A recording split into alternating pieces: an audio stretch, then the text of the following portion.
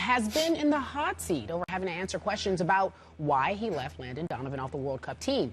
Well, to explain his decision, he recently used Kobe Bryant's new Laker contract as an example. Take a look. He says, this always happens in America. Kobe Bryant, for example. Why does he get a 2-year contract extension for $50 million? Because of what he's going to do in the next 2 years for the Lakers? Of course not. Of course not. He gets it because of what he has done before. It makes no sense. Why do you pay for what has already happened? Well, Kobe Bryant, a huge soccer fan, happens to be in Brazil for the World Cup, and this is what he had to say about Clinton's comments. What was your reaction to that? I thought it was pretty funny. I thought it was pretty comical, actually. I see his perspective. I think the one perspective that he's missing from an ownership point of view is that you want to be an ownership group that's rewarding its players for what they've done while balancing the team going forward. So if you're another player in the future and you're looking at the Lakers organization, you want to be a part of an organization that takes care of its players while at the same time planning for the future. And I think that's something that, Jurgen is, he's a coach, he's a manager, he's not a GM or owner of a franchise. And so when you're looking at it from that perspective, it changes a little bit. Right. But he probably could have used another player as an example. Yeah, Jurgen. Kobe always with the right answer. Perspective, he says, Stephen A. Do you like his response? Well, first of all, Kobe doesn't always have the right answer. Let's be clear about that. Well, we always know that, but I still love him. But in this particular, well, I love him. Mm-hmm. But in this particular instance, he's right on the money. Okay. He's right on the money. The man used the wrong player for this example. Because let me tell you something right now. You don't count out Kobe Bryant. Not the way he plays. A matter of fact, when you look at Dwayne Wade, some would argue one of the things that's being held against him, why he's going to be critiqued on a heavier level, is because the comparison is going to be drawn to Kobe.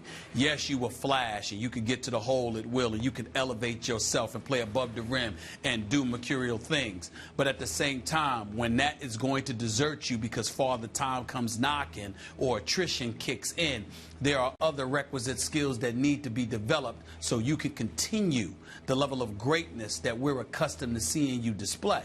And when it comes to Kobe Bryant, this was a dude that could elevate. He was an incredible athlete. He could do all of these different things playing above the rim. But when the legs weren't what they used to be, somehow, some way, he made sure to maintain enough of it to some degree, while at the same time developing one of the best jump shots in this game.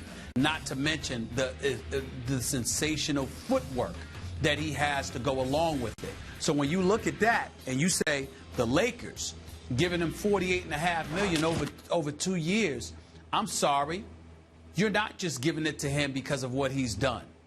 You're giving it to him because of what he can do. And where the coach really dropped the ball for USA is that he didn't take into account the fact that a Kobe Bryant is a talent that pays for himself because he packs the house and he brings people through the turnstiles. And because he's going to do that, along with paraphernalia sales and etc., he is going to pay for himself. That's why he deserves the money that he's getting, because what it's going to cost the Lakers is not what it would cost the Lakers if they gave it to somebody else. Because the Lakers have a 20-year, $3 billion television deal locally, in part because of Kobe Bryant, along with the other business ventures that they have working in their favor. It's because of the greatness that this man has put on display for the better part of 2 decades now. He's earned every penny, the past, the present, and for the 2 years remaining. But the Lakers do still have a salary cap, am I right? Yes. A soft one, but a cap nonetheless. That's right, a soft one. I'm going to reiterate what I said about Dwayne Wade and Pat Riley as we open this show. There's certain people I don't bet against. One of those 2 guys, and Kobe Bryant. I don't bet against Kobe. But it is now on Kobe's shoulders to prove Jurgen Klinsmann wrong, because he can. Even though he'll be 36 in August. He's coming off Achilles rupture, fractured knee. Are we sure that Kobe can live up to, next year, $23.5 million, and the following year, $25 million? Are you sure, Stephen A., he can live up to it? I'm not completely sure, but again, I'm not going to bet against it. He still has the capability to prove Jurgen wrong. We will see if he can live up to that.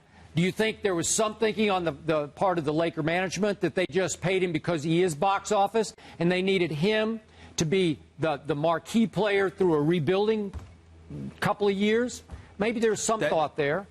Maybe a little. That might have factored into the equation, but I think Kobe's the most salient point he made, Skip, was that you want to be known as an organization that takes care of people who take care of you. If everything is about what have you done for me lately and no faith is placed in what you can do for me moving forward, then that doesn't make you an attractive destination for a potential marquee talent.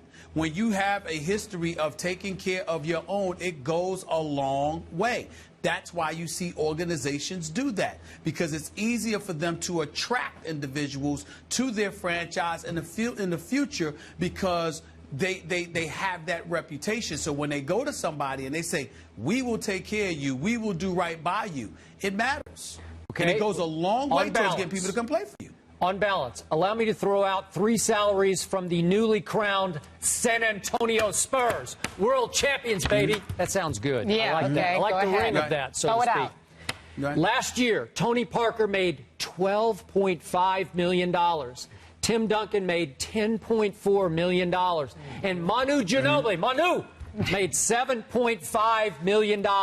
Again, Kobe is scheduled to make 23 and then 25. Yes. Think about that. Think about it. Yeah, I don't have to, because the operative word there is San Antonio as opposed to L.A.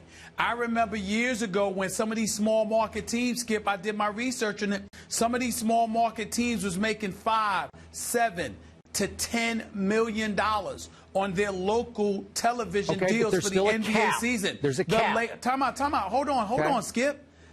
The Lakers signed on for $150 million annually. Okay. So what I'm trying to say to you is that, again, it's not a hard cap. It's a soft cap. There are punitive damages with the luxury tax, etc.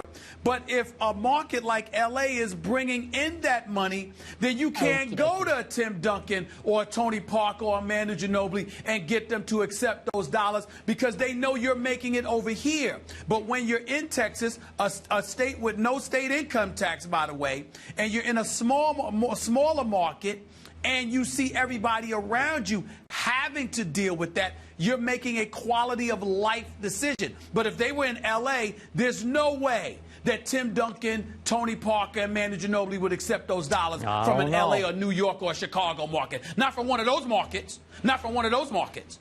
No. They took dramatically less money because they wanted to win championships. Tim Duncan, they took $10 million a year. Are you kidding me? Because they were in San Antonio, and San Antonio can't afford it, so they had to make the decision: do we stay here, all right, and accept less, or do we leave and go elsewhere? They made the decision to stay. But if they were in L.A., Chicago, or New York, there is no way those markets would have come to Tim Duncan, Tony Parker, and Manu Ginobili and got them to accept those dollars. You would have had to pay them more because they would have watched you collect it. Skip, they would have watched you collecting the money.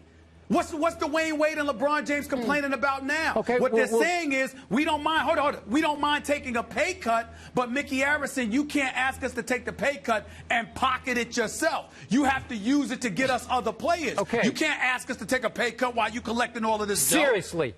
If you want to pay Tim Duncan for what he has done for a franchise, shouldn't he be worth $25 million next year? I just said he is. But I'm saying to you, if you're working in a smaller market, you have to make a decision. If we're working in the newspaper business, Skip, I'm working for the Winston-Salem Journal. You can pay me X amount of dollars. That ain't flying if I'm working in New York City. You better come up with that. You better come up with that money. I'm in that market. You would be carrying the Winston-Salem Journal or whatever it is. You'd be the star of it. You'd be worth $25 million. You'd be the only reason anybody bought the paper. But they wouldn't be able to afford to pay me what the New York papers could pay me. That's the point. The market matters. It's not that big a disparity from Winston-Salem to L.A. Hey, excuse me.